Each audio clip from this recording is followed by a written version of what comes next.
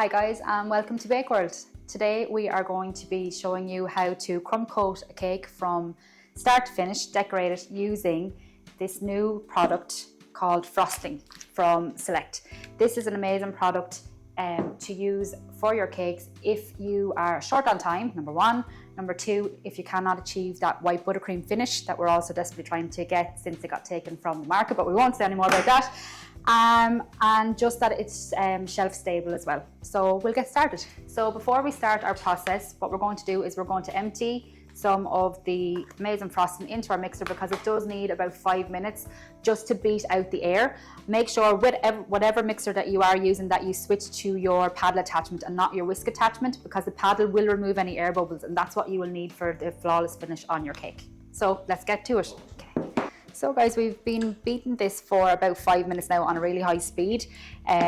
What I do find is with this, depending on your room temperature, you might need to add a little bit of just before boiling water to it, just to thin it out a little bit, or in the hot climates, you might not need to. It depends on where you're storing it, but just to thin it out a little bit. So we have beat it for 5 minutes, and as you can see, it's a lovely smooth consistency.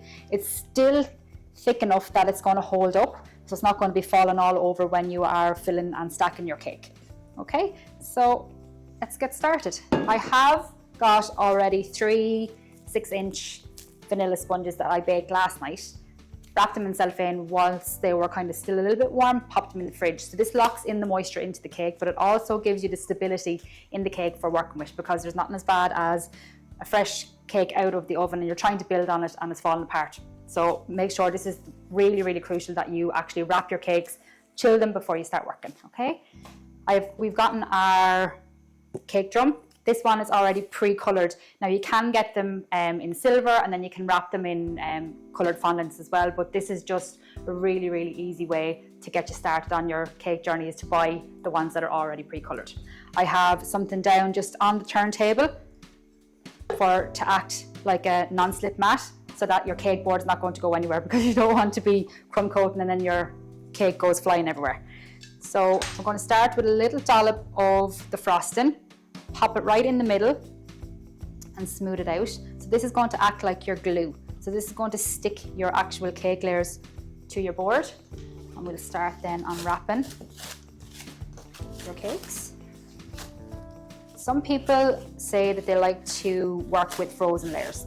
Personally, yes, it can be done, but I feel like if you're starting out on your caking journey and you're getting to kind of grips with everything, you're going to take your time. So if you're starting with frozen cake layers, what's going to happen is your frosting is going to set too hard, and then you're going to be in a frazzle because everything is going to not go the way it's supposed to go. So just pop those over there. Pop a generous amount. I always kind of say go a little bit heavy-handed on the frosting, because you can take it off. What you want to do is put a little bit in the middle, turn your table, and bring your cake spatula across. So you're taking it off to a level, but you're not taking off the excess, too much excess, okay? Pop that back in, and then we're going to repeat the same in the next two.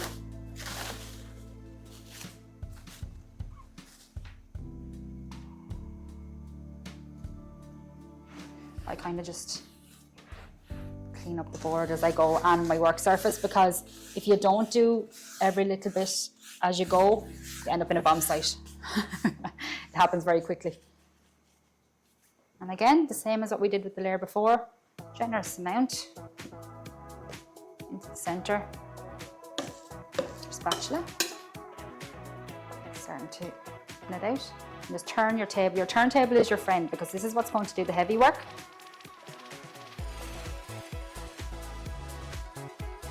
And again, because my cake layers are cold, they're not slipping and sliding around the place. And again, just slide off. Scrape off your excess into the bowl. Now, if you were doing a cake that has multiple layers with fillings, or say if you're going to be doing 2 cakes in a row, and one is chocolate and one is, say, vanilla, you want to separate your frostings into 2 separate bowls, because you don't want to contaminate one sponge with the other crumbs. again. This one is going to be quite tall. If you feel more comfortable when you're starting out, you can always do a 2-layer cake. But I think for the drama, a 3 one is a lot better looking personally. So this is our cake, it's ready to go. What I tend to do is get a little spatula first, and as you can see where all the excess frosting is, just push it up all the way around. Now this is a step when you're starting out is really important because it's just going to lock everything in and give you a blank canvas then to start doing your crumb coat on. See? And again, go for a dollop on the top. And the same what I was doing with the layers. Make the turntable work for you and bring it all the way out to the corners. And then what I like to do is push it onto the cake and drag.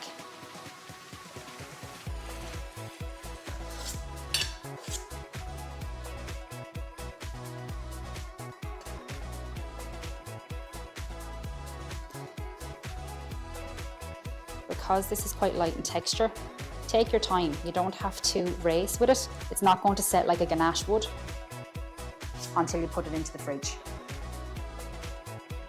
So all the way around.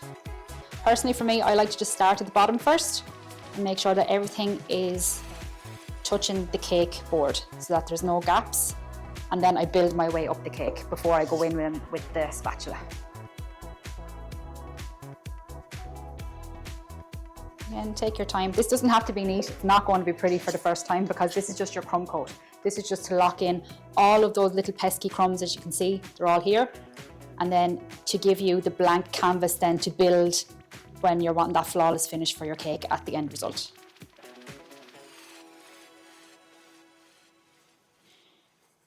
Now, if you're nervous about how much frosting that you are using, you can always use a piping bag and run the piping bag around it. But I just think this way is just easier, to be honest. And then you're not wasting as many piping bags. You can keep them for your cupcakes or your cake decoration itself. And just make sure you have everywhere covered.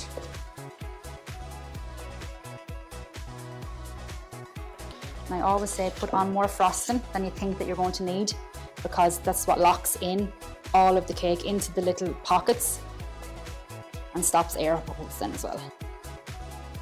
Okay, so it's not looking the finest now at the minute, but you will.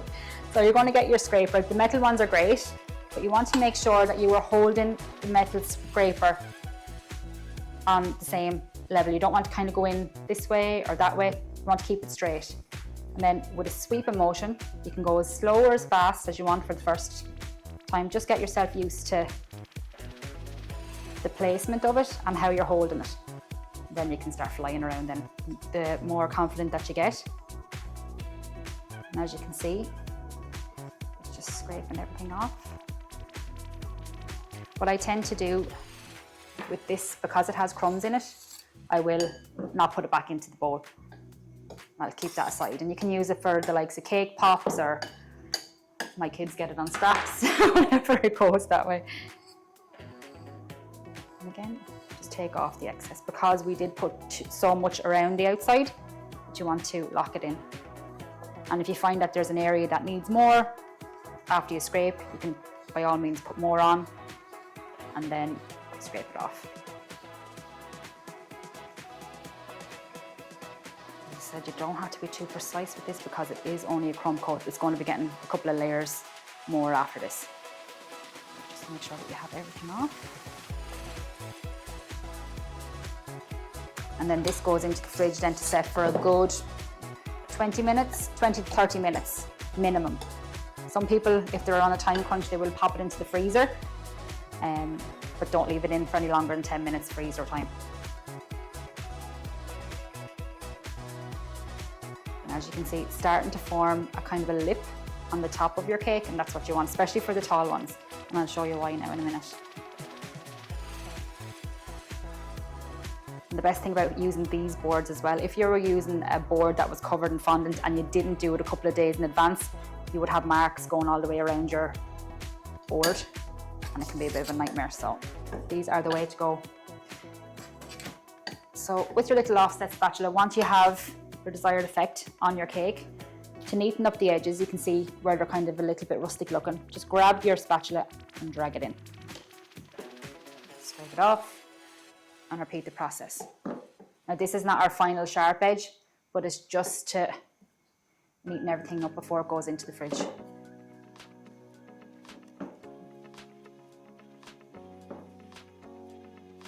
Like so. And now if you want to, you can get your little scraper, and if you have any little bits of frosting around your board, you can scrape that off as well. And then she's ready to go into the fridge for 20 minutes. Hi guys, welcome back. We're just after taking the cake from the fridge. It was chilling for a good kind of 20 to 30 minutes. So now we're ready to give it another coat of the frosting. So pretty much the same as before. Onto the center of your cake. Get your spatula.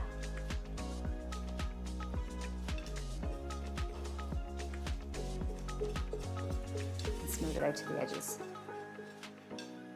And drag it, so as you can already see the difference. And that's after giving you your flat top. Again, we'll go along the edges.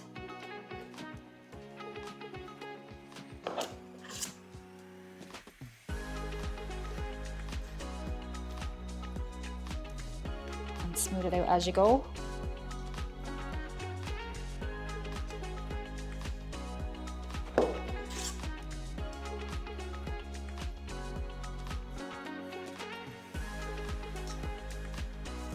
And bring it all the way up.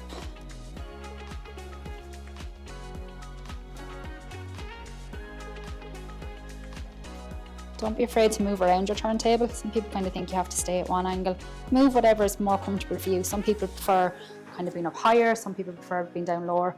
Get to know your own comfort level, because if it's something that you're going to be trying to pursue as a career, this is going to be your position a lot of the time, and you want to make sure that you're comfy. Okay, so it's fairly well covered. So you get your spatula again, and we're just going to scrape. This time we are looking for more of an even finish to the cake. Okay, spatula and scrape off the excess.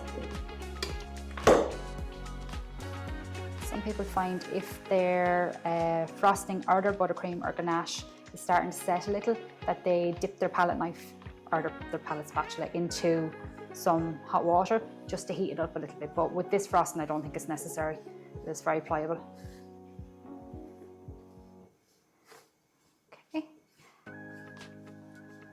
So any areas there that you see that there's little holes or gaps, you go back and you fill them. Clean off your scraper. Just fill in the gaps. A lot of the times with cakes, especially if I'm working with any medium buttercream ganache, I will give them 3 coats. So it'll have its crumb coat, this coat, and then one final coat. And then if you're adding any colours, then that's when they go on. This ensures that your cake is stable and it'll hold its structure.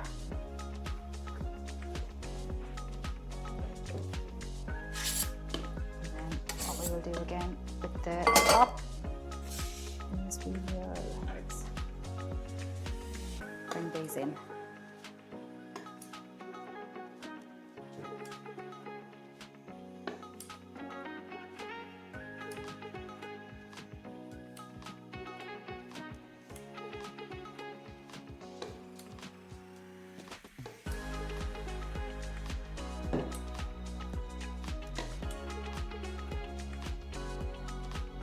Okay, and then it goes back into the fridge for another 30 minutes.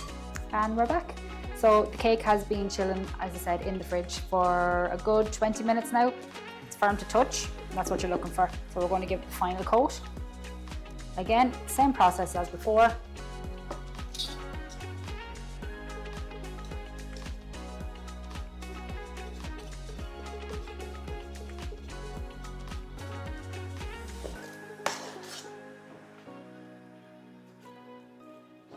The more chilled your cake is, the easier it is for you to actually work with. So if you have the luxury of having time, just leave it in for a little bit longer. As you can see, it's just going on really nice and smoothly now. This is your last coat. Now what a lot of people do is this coat, it will be coloured, but always do your crumb coat and your other coats in between in a light colour, because it's too hard if you were going in, say, with a pale pink, then to cover over, say, a chocolate, if you were going to do it in a chocolate colour or anything like that first. Okay. Don't be afraid about getting your kitchen a bit messy. To be honest with you, everyone's kitchen gets messy in the process. It's baking, it's messy, it's supposed to be messy. Okay, let's get our spatula again. Again, make sure that it's at a straight angle.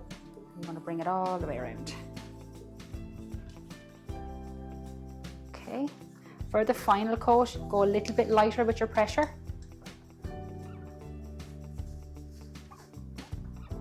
Okay.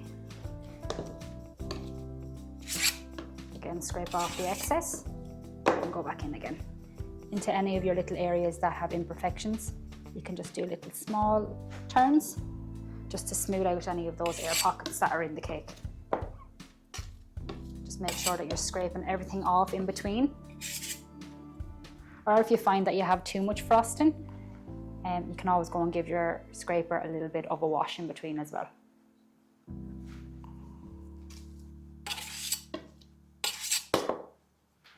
As you can see here, there's a little bit of an air pocket, so we're just going to smooth that out. Take your time.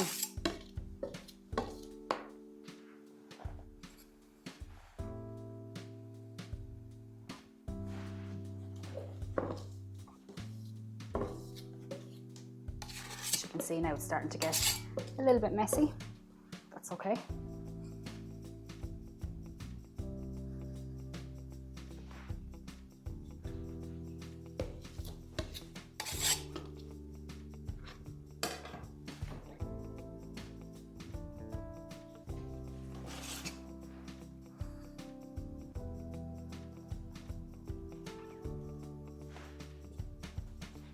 As you can see, we're leaving the lip on the top this time, because what you do is you put it back in the fridge for a few minutes to chill, and then you go around with a sharp knife or a scraper, and that's what's going to give you your really, really sharp edge on a buttercream cake, or should I say frosting cake.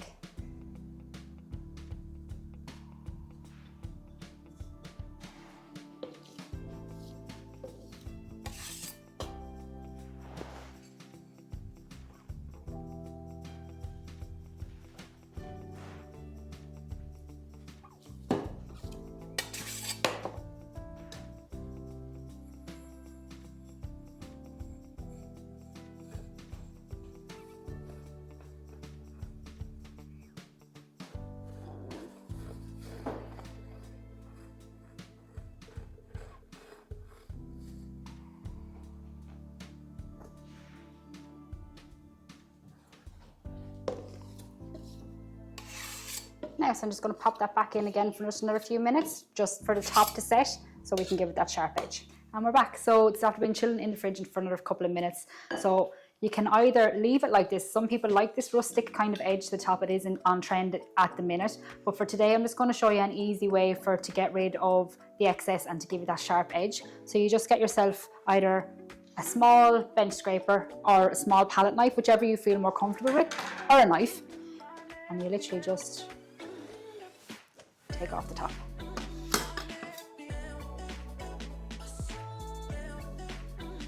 All the way around. Just make sure that you're scraping off the excess every time it starts to gather.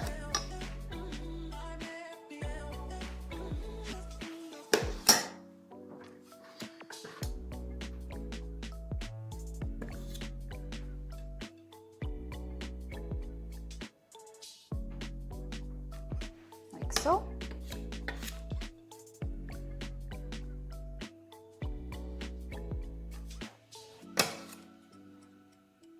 And then once this is done, we're just going to show you just a couple of little techniques just to be able to decorate your cake.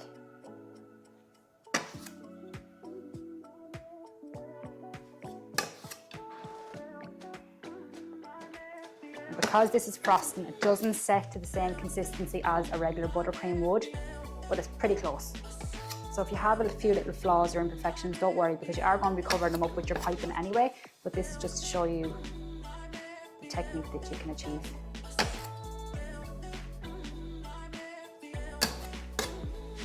Okay, so we're taking off the top, and then we're ready to decorate. So this is the gold drip that we made earlier. I bottles, because you only need teeny amount with this because it is quite fluid, and you let it drip. So don't be alarmed if you're like, oh god, I didn't put enough on. That's going to travel. And again, bring it along and little squeeze and down. As you can see how gold it is without actually having to paint, or it's amazing. And again, we'll do one maybe a little bit longer this time. And then you can join up your drip. That will go down then as well. What I'm going to do is, I'm not going to do a full drip all the way around, just for the design on this cake. Just going to do kind of little adjacent drips in different locations around the cake.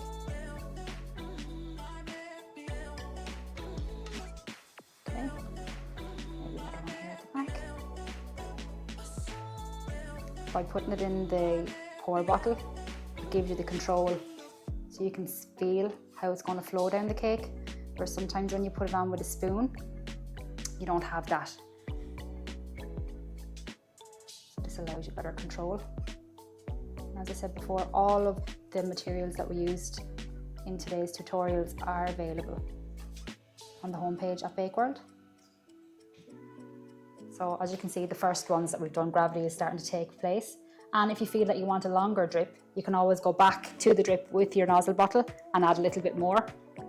But I don't like them too much to fall down the cake, because it's going to take over the overall design. Okay, and if you want, some people now at this stage, you can pop little sprinkles in onto your drip when it's wet. Just adds a little bit more dimension to your cake as well. Okay, pop that aside.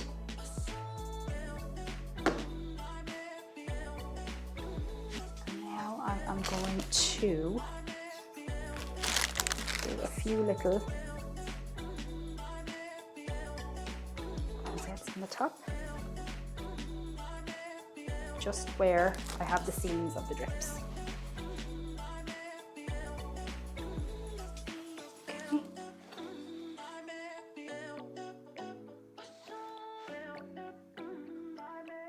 Another one there to balance it off. These can be big, these can be small, this can be whatever way you want to do them. Okay, so. All right, now I'm going to fill up one of these smaller nozzles. This one here, just for the different shade of pink. So this is the same baby pink, but I just added a little bit more into it just to deepen the colour. So it just goes to show you that even if you only have one of the colour mills in your supply at one time, you can get different variations of colour just by adding a lot or a little into your frosting mix. So this tip is quite small, so we're just going to do little tiny flowers, just kind of cascading down the cake.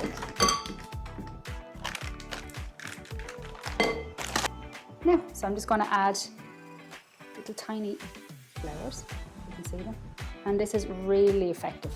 It's really, really cute. The nozzle is teeny tiny, but just adding that little bit extra colour, and you can cascade it down the cake in as many areas as you like. You can even actually pop them onto the cake board, which is really in trend now at the minute. And just kind of be creative with it. You don't have to stick to a certain plan. If you go off, sometimes it can actually work out for the better. If you add something, just go with your own instinct on it.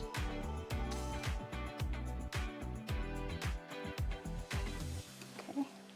Now if you find that the tip of your piping bag gets a little bit clogged, And get yourself some wipe and just wipe it off. Obviously make sure that they're food safe. So pop a few in the center.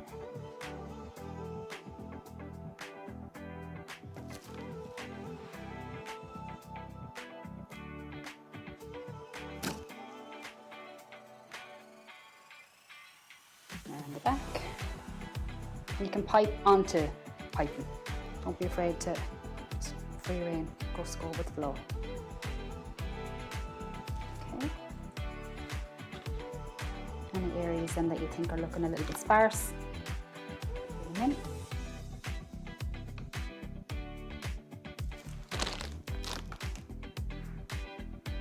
And as you can see, the gold drip is after travelling down now. So as I said, less is more when it comes to that.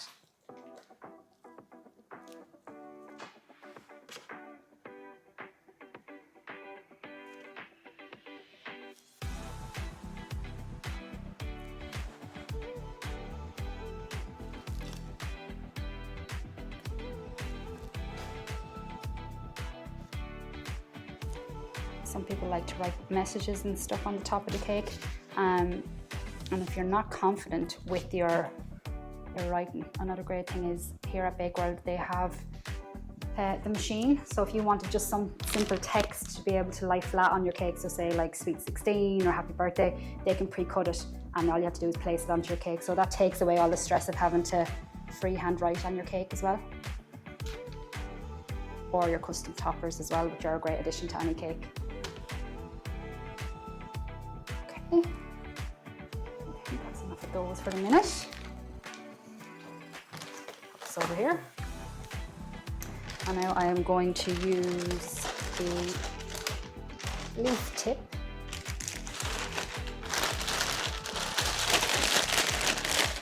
pop the green on top.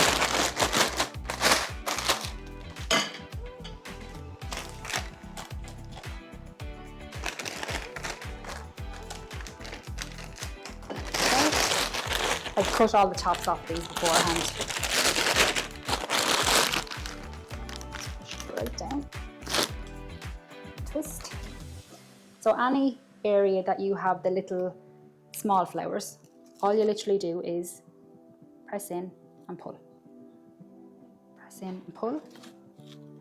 Press in and pull. So it makes them look like little roses. And it just gives that little bit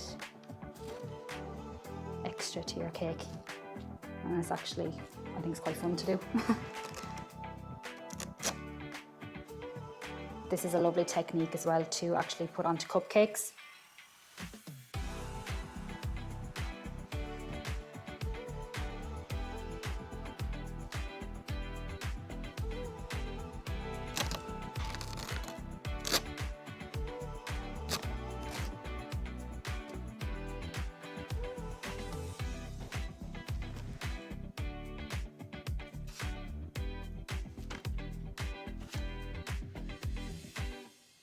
So you can put as many or as little, or, you know, just have a bit of fun with it.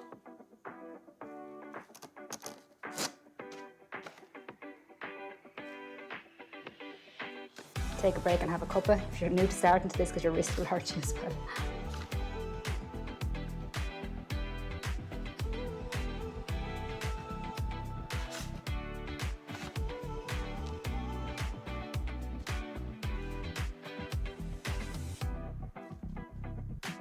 Down onto the board as well.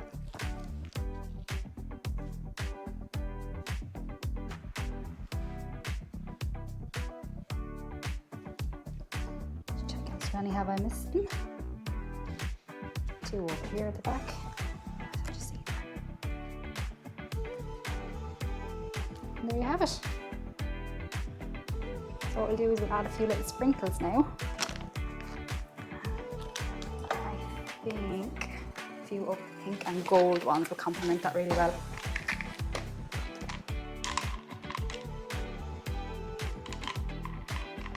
To tie in with the gold drip.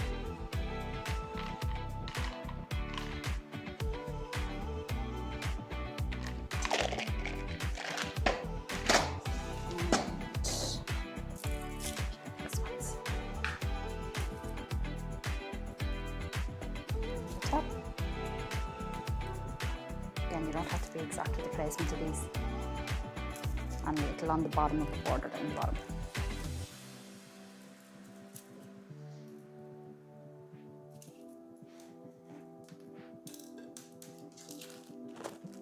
Pop on. So these are the pre-cut toppers that are available here at Bakeworld, and they're great. As I said, if you don't want to have to hand write anything onto your cake, you just add that little bit extra, I think, to any cake. And they come pre-packaged like this, and all you do is you take them from the card, remove the sticker, paste them into a seed.